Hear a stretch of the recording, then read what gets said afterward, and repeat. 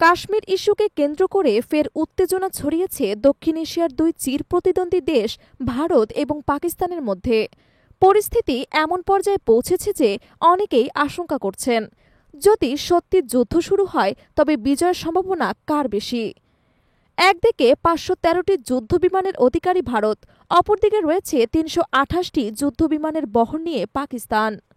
এদিকে চলমান উত্তেজনার মধ্যে উঠেছে পরমাণু হামলার আশঙ্কাও। নিরাপত্তা বিশ্লেষকদের আশঙ্কা, পরিস্থিতির নিয়ন্ত্রণের বাইরে গেলে পাকিস্তান হয়তো ভারতে পরমাণু হামলা চালাতে পারে।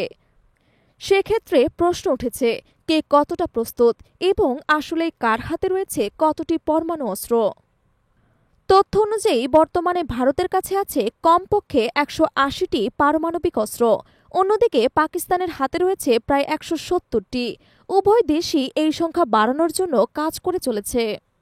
বিশেষজ্ঞদের মতে, যদি সত্যি পারমাণবিক যুদ্ধ শুরু হয় তবে এতে কেবল ভারত এবং পাকিস্তান নয়, জড়িয়ে পড়তে পারে তাদের মিত্ররাও। উদাহরণস্বরূপ, ভারতের দীর্ঘদিনের মিত্র রাশিয়ার হাতেও রয়েছে প্রায় ৪৩০০টি পারমাণবিক অস্ত্র। মার্কিন যুক্তরাষ্ট্র, যার ঝুলিতে রয়েছে ৩৭০০টির মতো পারমাণবিক অস্ত্র, তাও দৃষ্টি রাখছে এই অঞ্চলে। পাকিস্তানের ঘনিষ্ঠ মিত্র হিসেবে পরিচিত চীনের হাতেও রয়েছে প্রায় ৬০০টি পারমাণবিক অস্ত্র। শুধু পরমাণু শক্তিতে নয়, সামরিক সক্ষমতার অন্যান্য দিকেও ভারত এগিয়ে আছে। উদাহরণস্বরূপ, ভারতের কাছে রয়েছে ৪২০১টি ট্যাঙ্ক, যেখানে পাকিস্তানের হাতে আছে ২৬২৭টি। ভারতের এয়ারক্রাফট সংখ্যা ২২২২টি, পাকিস্তানে তা ১৩৯৯টি। হেলিকপ্টারের সংখ্যা ভারতে ৮৯৯টি এবং পাকিস্তানে ৩৭৩টি।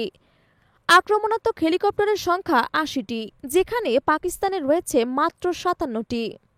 এই উত্তেজনাকর পরিস্থিতি বিবেচনায় জাতিসংঘ উভয় দেশকে সংযম দেখাতে এবং আলোচনার মাধ্যমে সমস্যার সমাধানে বসার আহ্বান জানিয়েছে।